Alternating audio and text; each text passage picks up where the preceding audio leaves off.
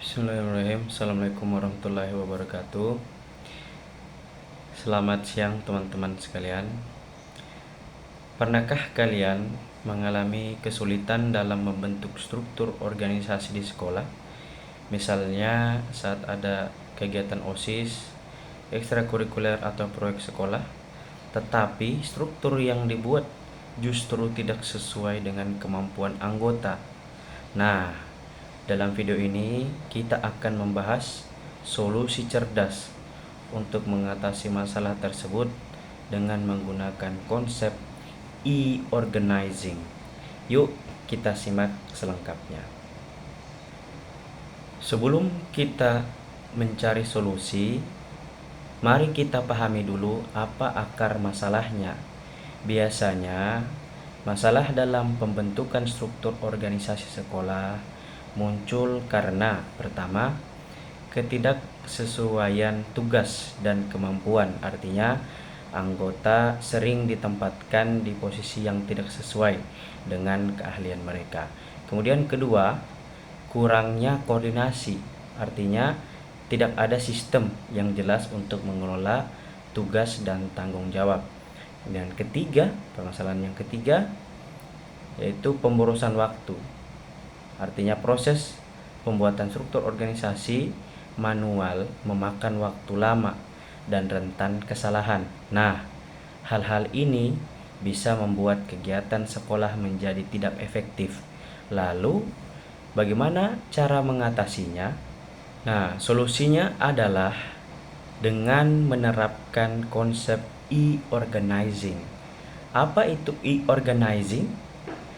E-organizing adalah penggunaan teknologi digital untuk mengelola struktur organisasi secara lebih efisien dan efektif. Dengan organizing kita bisa, pertama, kita bisa memetakan kemampuan anggota dengan menggunakan alat seperti formulir online atau aplikasi untuk mengidentifikasi keahlian dan minat setiap anggota. Kedua, membuat struktur yang fleksibel. Kita dapat menggunakan tools seperti Trello, Asana, atau Google Sheets untuk membagi tugas sesuai kemampuan. Kemudian yang ketiga, dapat meningkatkan kolaborasi. Artinya dapat memudahkan komunikasi dan koordinasi antar anggota melalui platform digital.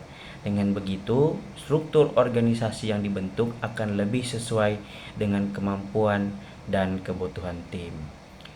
Berikut adalah langkah-langkah praktis untuk menerapkan e-organizing di sekolah kalian.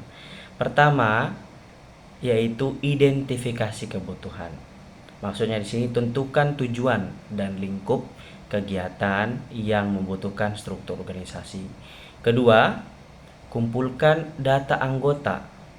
Nah, di sini kalian dapat membuat formulir online untuk mengumpulkan informasi tentang keahlian, minat, dan ketersediaan waktu anggota. Yang ketiga, pilih tools yang tepat. Artinya di sini kalian dapat menggunakan aplikasi seperti Trello, Asana, atau Google Sheets untuk membagi tugas dan melacak progres. Kemudian yang keempat, buat struktur yang dinamis. Artinya sesuaikan struktur organisasi berdasarkan data yang terkumpul dan pastikan setiap anggota ditempatkan sesuai kemampuannya. Dan yang kelima, monitor dan evaluasi. Nah, di sini kalian dapat menggunakan tools digital untuk memantau perkembangan tugas dan melakukan evaluasi secara berkala. Dengan langkah-langkah ini, struktur organisasi kalian akan lebih terarah dan efektif. Lalu, apa manfaatnya? Dengan e-organizing, kalian akan merasakan pertama, efisiensi waktu. Artinya proses pembuatan struktur organisasi menjadi lebih cepat. Kemudian kedua, kesesuaian tugas. Setiap anggota akan bekerja sesuai dengan kemampuan mereka. Yang ketiga, transparansi. Artinya semua anggota bisa melihat progres dan tanggung jawab masing-masing. Dan yang keempat, manfaat yang keempat adalah peningkatan kolaborasi.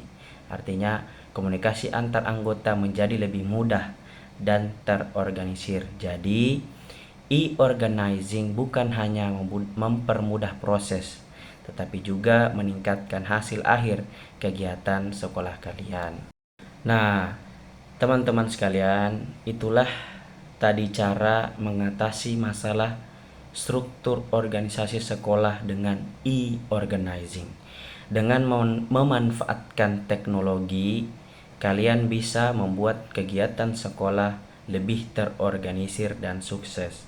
Jadi, tunggu apa lagi? Yuk, coba terapkan e-organizing di sekolah.